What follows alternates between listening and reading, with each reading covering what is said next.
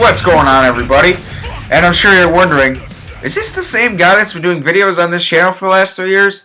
Yeah, it is. I look a little different. I know. I'm missing my trademark glasses, but I got some contacts today, and so this is how I'm going to look from now on. So don't worry. It's still me on here. It's good. I just look a little bit better now. I know. I can admit I'm a good-looking dude. Yeah, I'm not, though, but it's all good. Today, I've been wondering about this for the last couple months, about the Max Scherzer contract situation, and I've kind of wanted to talk about this a little bit, but I didn't have too much input on it until, I say, a couple days ago when Kershaw got his extension.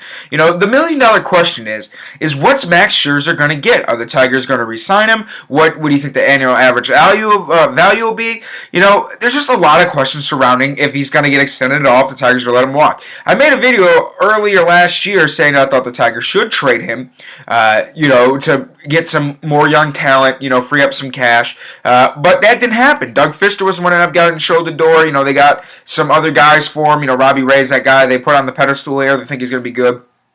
They got rid of Fielder and substituted him for Kinsler. A lot of these people thought that these initial moves were going to be to sign Max Scherzer to a contract extension. But it didn't happen, and all talks have been that, they weren't close on even getting an extension. There's been little to no talks, and that's because he's a Scott Boras client, and Scott Boras does not like any of his players to go out and sign contracts in the middle when they still have years remaining, because he wants them to hit the open market to get top dollar, because he knows that say Scherzer magically finds his way to top this year, which would be really hard because this is going to probably be his career year. He could get even more than. Now, what I wanted to talk about today was what I think is going to happen with Max and about the contract terms. Clayton Kershaw signed a 7-year, $215 million contract extension 2 days ago, completely warranted. We talk about a lot of bad contracts in baseball. Clayton Kershaw is going to be the highest paid player in baseball starting next year. I think his contract this year is still $22 million. And next year is when it kicks over to $30. I can't sit here. The annual average value is high. But they locked him up when he's only 25. He's going to be 26 in March. I'm sorry. When his contract ends, he's going to be 32. He's going to be a year older than Justin Verlander is right now. And when he's 30, he has an opt-out clause. So he could not only opt out at age 30, when he's still got how many years of good left, he can opt out and get paid again if he still manages to do what he's been doing. What he's done his first 6 years in the big leagues. Won a couple Cy Youngs. He won the pitching Triple Crown in 2011. He has been an absolute stud. I cannot sit here and take a poo-poo on this contract. I can't. I can't sit here and poo on it because it's a great contract. I don't care if it's a lot of money. You got a guy who's 25. 25. A team finally is like, okay, we're not going to give you an Albert Pujols contract when you're 31, 32. You're in your mid-20s still. You don't even hit your prime till 28, 29 years old, 27. He's not even 26 yet. And they have him till he's 32. 32, barely crossing the 30 threshold. And he's still going to have another 8 years, 7 years left of life left on that arm, before maybe he retires. So, you want to talk about a team that took a risk on a guy that, is dominant as dominant can be. That's a great contract. But when I hear these people, I've been reading stuff on Facebook and on Twitter. These people think Max Scherzer is going to get an annual average value of like 25, 26 million. Whoa, whoa, whoa, whoa, whoa. We need to reevaluate Max Scherzer here, Tiger fans. You need to pump the brakes a little bit and go back and take a look at Max Scherzer. Max Scherzer is an outstanding pitcher, but you think you're being a little bit blinded by this year's numbers. Max Scherzer, up until this year, was not a very good pitcher for an entire season. Now, if you go back and look at his career, which I got his numbers up, since he was with the Tigers, his first year he was 12-11 with a 3.50 ERA. That's good. He had 195 and 2/3 innings pitched. The WHIP was 1.2. The strikeout rate was 8.5. Strikeout to walk ratio was 2.63. That's respectable. Then the second year he was awful. ERA 4.43. He pitched 195 innings. The WHIP went up 1/100th of a point at 1.3. The strikeout rate fell. But the K to walk ratio was good. And then last year, 2012, 3.74 ERA, 187 in a third innings pitched. He led the American League in strikeouts per 9. But here's what a lot of people don't remember about Max Scherzer since they're so blinded by this year. This is the first year in his career that he's put up a consistent season through first pitch to last pitch. And I have proof. The 2010 season, he was so bad when he first came up in May and April. His ERA was 4.23 in April/March, 9.45 in May in 4 starts. Because I talk about the story all the time when Ortiz took him 3 times. He ended up getting sent down. First half, his ERA in the first half was 4.61 in the first half of 2010, and then came back in the second half and had a 2.47 ERA. He was dominant. That's how he got his ERA down to 3.50. Because Max Scherzer, it was like that for the first couple years. This is the point I'm trying to make. He was really, really bad in the first half, but he would have a dominant second half. And left-handers would eat him up. Left-handers this year, he got out at a pretty good clip. They only hit 239 off him. Righties hit only 250. But then we moved to 2011, and again, he wasn't consistent at all. Month-to-month ERA, 382, 498, 470, 364, 545, 394. That's the entire season. First half ERA was 469. Second half ERA was 409. Like I said, inconsistent. And then 2012, this was another year, like I'm saying, the year before. First half ERA was 4.72, and then the second half ERA was 2.69. Him and Doug Fister outpitched Justin Verlander in the second half of 2012. The guy who came in second place for the Cy Young. They were better. You can look up their second half splits. Doug Fister and Max Scherzer for 2012. They were better than Justin Verlander in the second half. That's how dominant Max Scherzer was. But this is my point. Up until this year, Max Scherzer has never had a season where he's been consistent for an entire year.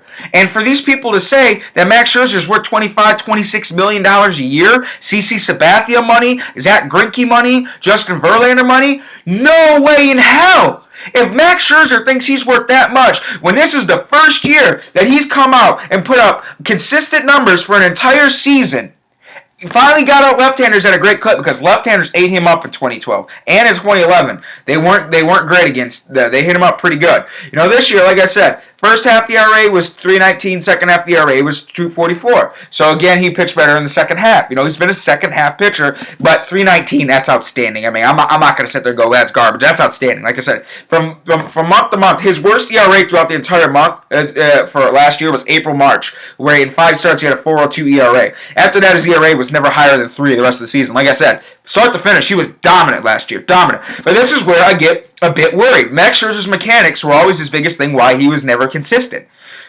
Is he going to come back this year and have that same problem again, where he just lit up in the first half, comes back in the second half, and then it pitches dominant again, and then, or is he going to be bad again this year? Like, I don't think there's a chance in hell he comes out and he ever is like he was like in 2011, But to say that he's worth that much money when this is the first, we don't know what he's going to do after a career year. Because this is like Justin Verlander's 2011 when he was 24-5 with a 2.63 ERA.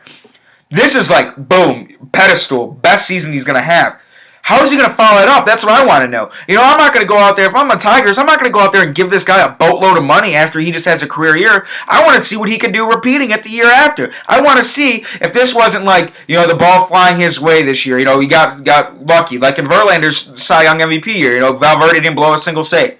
Not one of his single-herited runners scored. That's why the year after, he only won 17 games, which, like I said, he was 17-8. The ERA was still under 3, but it wasn't like it was the year before. All the other numbers, like his K9, his walk, his walks per 9, his whip was still good, close to the same it was as Cy Young MVP year, but they came up a little bit. I want to see what Scherzer's going to do the year afterwards.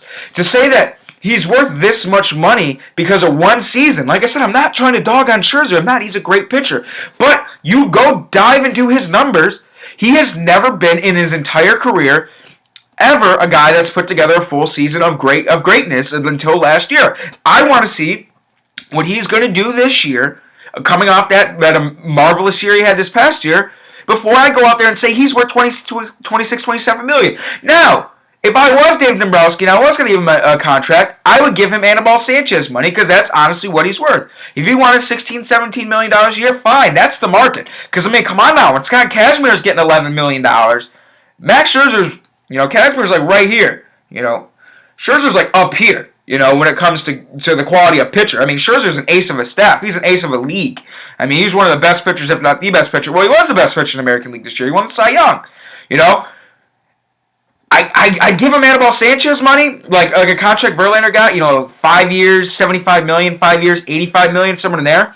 But when it comes, you're going to say to give him $26, $27 million, give him CC Sabathia money? No chance. No chance when this guy has just now put together a season from start to finish, consistent from first inning to last inning pitch, consistency-wise. And then the last, his other 3 years before this year, he was a first half, crappy in the first half, figured it out in the second half a little bit more. And then in 2011, he was completely terrible throughout the whole year. I'm sorry. It'd be one thing if he already had won a Cy Young. It'd be one thing if he already had a couple years of an ERA of like 3.20, 3.30.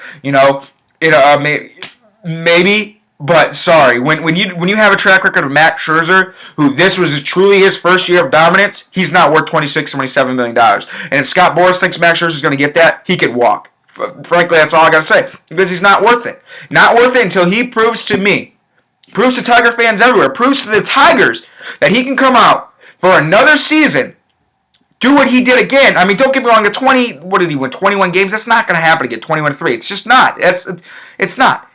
But if he could come out this year, I don't care about the wins, 18-8, 18-9, have an ERA of 3.20, pitch 200 innings, strike out 230 guys, whatever, fine. Maybe then you would maybe be a $22, $23 million a year pitcher. But for a current standing right now, you're going to give him a contract extension today? No chance. No chance he's worth $26, $27 million for a guy that has not been consistent until this year all the way through. Sorry. I'm sorry, he's not. He's not that kind of pitcher, and if that's the money he's going to command, then the Tigers need to think about going elsewhere with this guy and try to win a World Series with him as what he has right now, because he's not worth what these people are saying he's going to get, $26, $27 million a year. He's just not. So that's all I got for you guys today. Hope you enjoyed the video. I know videos have been a little bit inconsistent. There's not much Tigers going on. Always check out the MLB Talk 101. I'm always on there a lot with Jack McNeil, Brian Danoff, Gershon Rabanowitz. We got a great crew of guys going there. We're discussing everything and anything in baseball. So I'm on there a lot more because that's more general MLB. This is mainly my Tigers thing. So I'm going to try to get out here a little bit more, and we'll see what we can do for more Tigers videos. I'm going to have my season preview video up as soon as spring training starts, where I'll give all my predictions and everything else about what I think is going to go on with the Tigers and everything else. So, like I said, Max Scherzer, outstanding pitcher. If you wanted a contract extension, I'd give him like JV got when he got his first off his rookie contract, 5 years, 75, 6 years, maybe 6 years, 89, somewhere in there. But $27 million a year, you're closing on Kershaw. Sorry, he's not worth that. Have a good one, guys.